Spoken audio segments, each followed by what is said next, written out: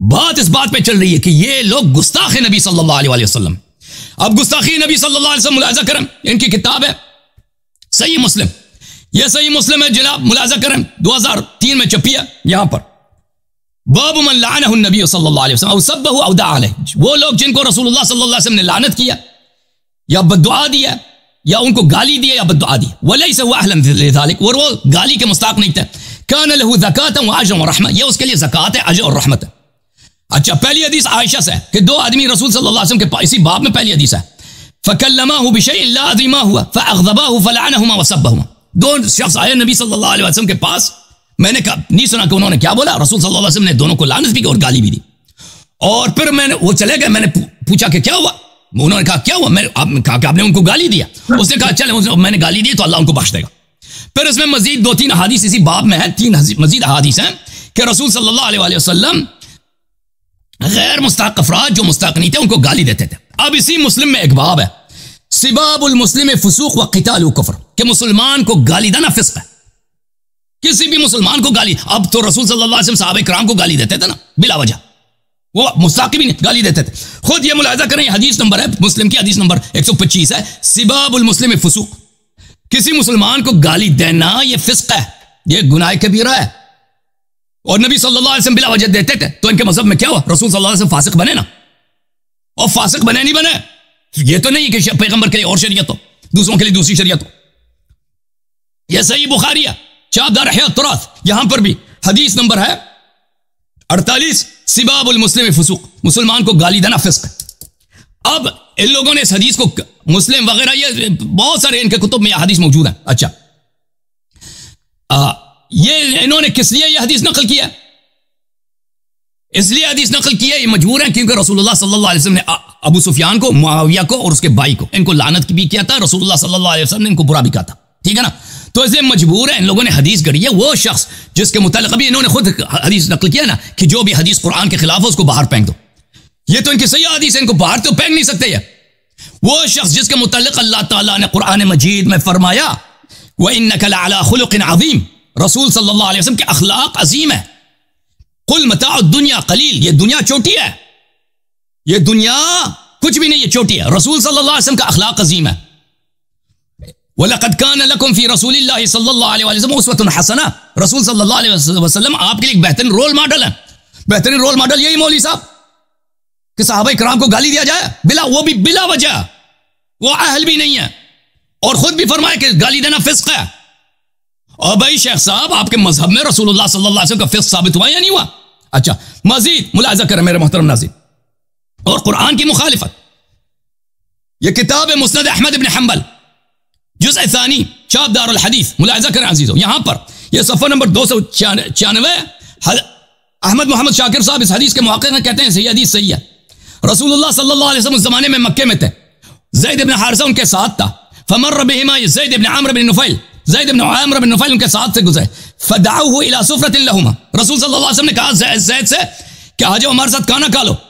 قال یا ابن اخی انی لا اکل مما ذبح علی النصب, اس نے رسول صلی اللہ علیہ وسلم سے کہا کہ اے میرے بھتیجے, یہ گوشت جو ہے, یہ گوشت وہ گوشت ہے جو بتوں کے لیے قربان کی گئی ہے, میں ایسے گوشتوں کو نہیں کھاتا. دیکھیں ایک شخص ہے جو مکے میں عیسائی تھا, یہ شخص زید بن نفیل, زید بن عمرو, یہ عیسائی ہے.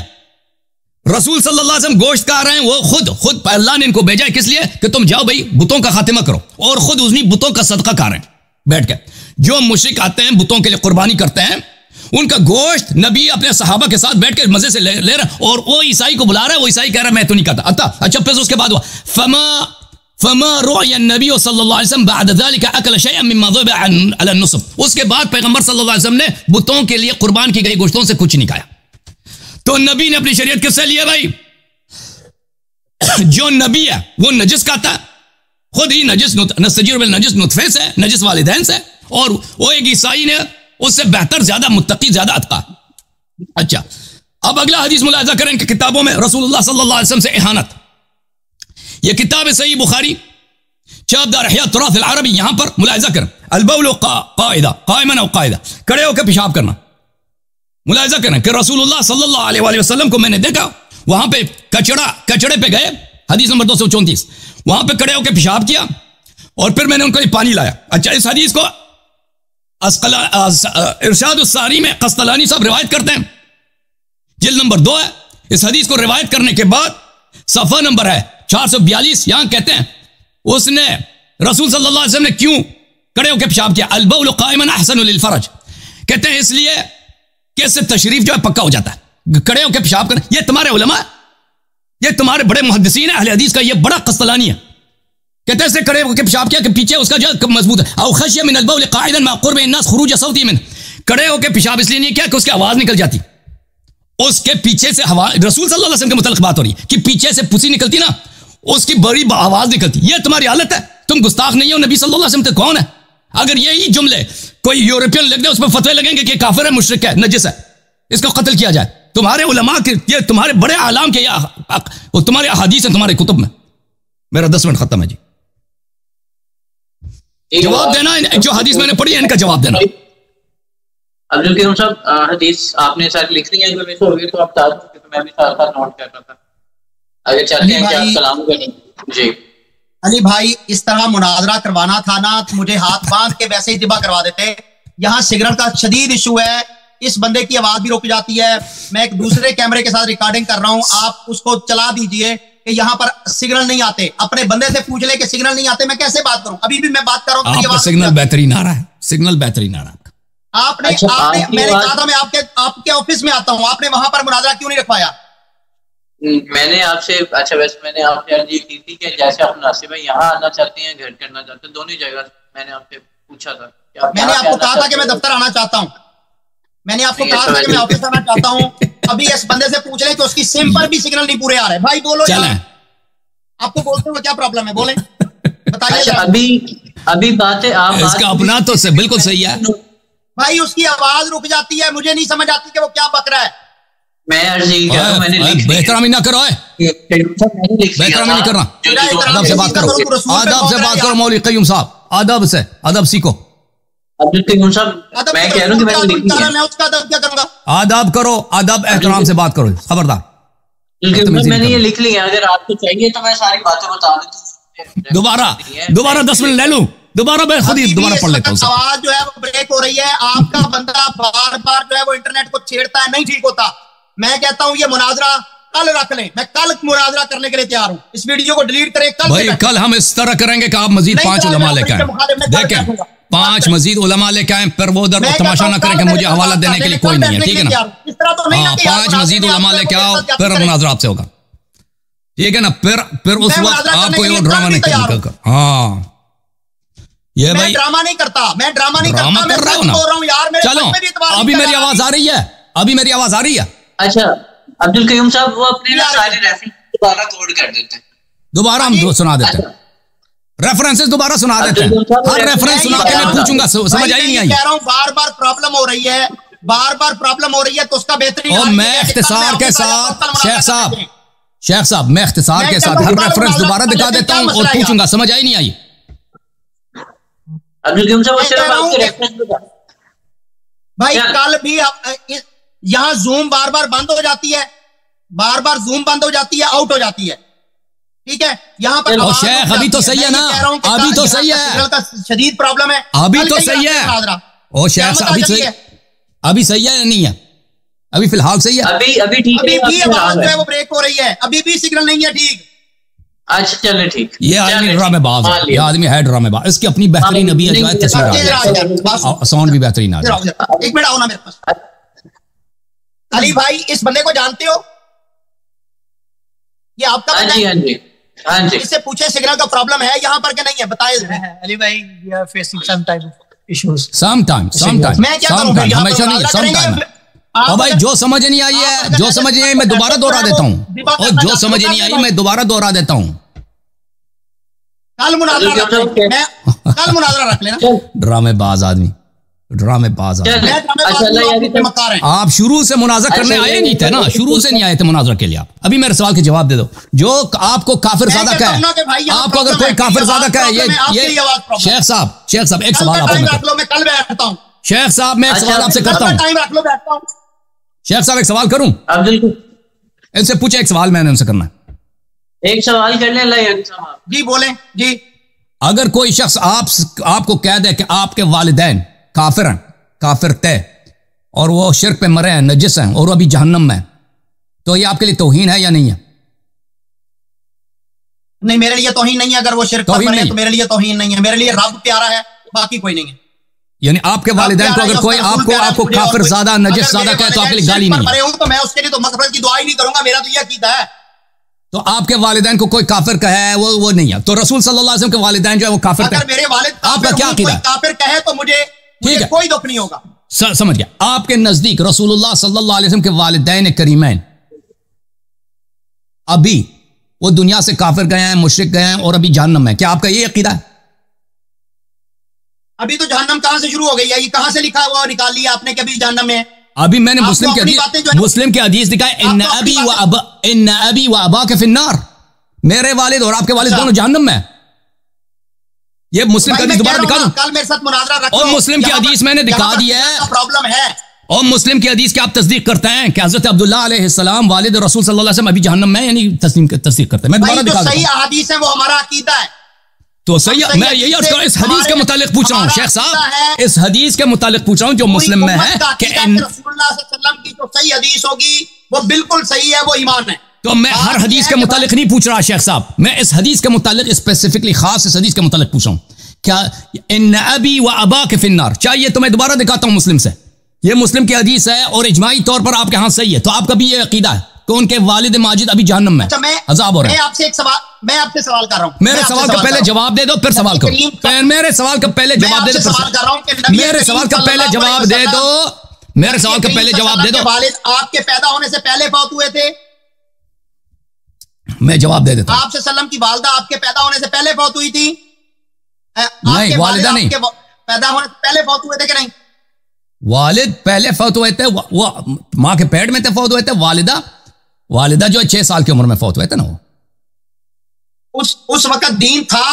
رسول اللہ صلی اللہ علیہ وسلم آئے تھے جب ان کو نبوت ملی ہے سن 40، جب آپ 40 سال کے ہوئے ہیں اس وقت آپ کو نبوت کا اعلان کیا، نبوت ملی ہے.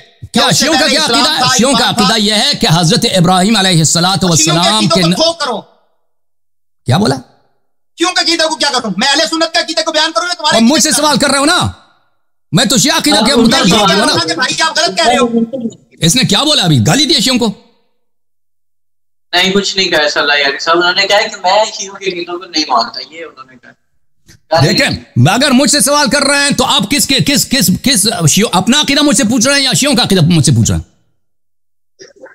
بھائی میں اپنے عقیدے کا پابند ہوں نا. اور مجھ سے جو سوال کیا نا، مجھ سے جو سوال کیا میں تو شیعہ عقیدہ کے مطابق جواب دوں گا نا. ہمارا عقیدہ یہ ہے کہ ہمارے پاس جو احادیث ہیں بے شمار، رسول صلی اللہ علیہ وسلم کے سب آبا امہات سب با ایمان تھے، حضرت ابراہیم علیہ السلام کے دین پہ تھے، سب اولیاء اللہ تھے. حضرت عبد المطلب علیہ السلام خود ابراہیم علیہ السلام کے اوصیاء میں سے تھے. یہ قرآن مجید کی بات مانو. یہ دیکھو یہ کہتا ہے جناب ابراہیم علیہ السلام کا والد کافر تھا. قرآن مجید کہتا ہے کہ ابراہیم علیہ السلام کا والد کافر تھا. دیکھیں قرآن مجید یہ بھی کہتا ہے ام کنتم شہداء اذ حضر یعقوب الموت اذ قال لبنیہ ما تعبدون من بعدی قال نعبد الہک و الہ آبائک ابراہیم و اسماعیل و اسحاق. اسماعیل کو یعقوب کا باپ بولا ہے قرآن نے. تو وہ جو باپ ہے وہ والد نہیں تھے، وہ چچا تھے. وہ چچا تھے. جناب آزر حضرت ابراہیم علیہ السلام کے چچا تھے، والد نہیں تھے. قرآن نے اسماعیل کو بھی یعقوب کا باپ بولا. آواز نہیں آ رہی. چلیں یہ کتاب دیکھو، یہ صحیح مسلم ہے، صحیح مسلم ہے، ملاحظہ کریں. ان ابی و اباک فی النار، ان ابی و اباک فی النار. اچھا اللہ یاری صاحب، ان ابی و اباک فی النار.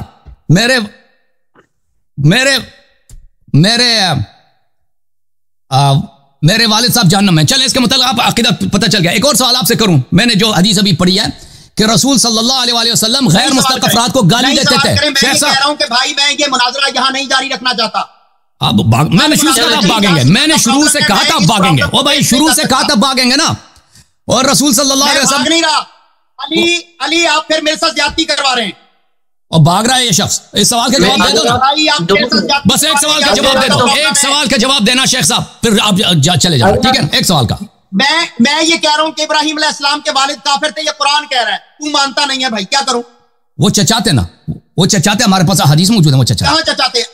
چچاتے آپ چچاتے اب سن لو نا، تمہارے نزدیک آپ کا امام کہہ رہا ہے کہ آپ قرآن کے خلاف جو حدیث ہوگی اسے اٹھا کے پھینک دو. یہ قرآن میں خود دیکھو شیخ صاحب، قرآن میں خود اسماعیل یعقوب کے باپ ہیں. یہ نبی، یہ قرآن کہہ رہا ہے. ٹھیک ہے، قرآن میں یا اسماعیل یعقوب کے باپ ہیں، یعنی یعقوب کے چچا. اب میرے سوال کا جواب دینا.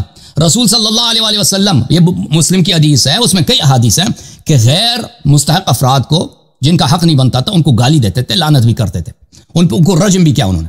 ٹھیک ہے نا، یعنی ایسا کیا ہے. اور خود مسلم کی حدیث ہے، بخاری کی حدیث ہے کہ سباب المسلم فسوق، جو مسلمان کو گالی دے دے وہ یہ فسق ہے، بہت بڑی گناہ، وہ اس کا کرنے والا فاسق ہے. تو آپ کے مذہب میں رسول صلی اللہ علیہ وسلم کیوں کر فاسق نہ ہوں؟ اس کا جواب دینا ذرا. رسول اللہ صلی اللہ علیہ وسلم نے دعا کی ہے، فرمایا کہ جس کو صحیح مسلم کی حدیث ہے کہ جس کو میں گالی دوں یا میں نے اسے مارا ہو تو اس کے لیے رحمت بنا دے اللہ. ٹھیک ہے، میں آپ کی بات مانوں یا نبی کی دعا مانوں؟ یہ تو نہیں بولا کہ میں جو گالی دیتا ہوں وہ گناہ نہیں، یہ تو نہیں بولا نا. نبی گالی تو انہوں نے دی ہے نا، گالی دینا تو بہرحال. اب گالی دینے کے بعد میں اس کو ماروں یا میں اس کو، بھائی وہ باپ ہے نا، رسول ہے، باپ ہے. ٹھیک ہے، اس کو حق حاصل ہے، اس کو حق حاصل ہے.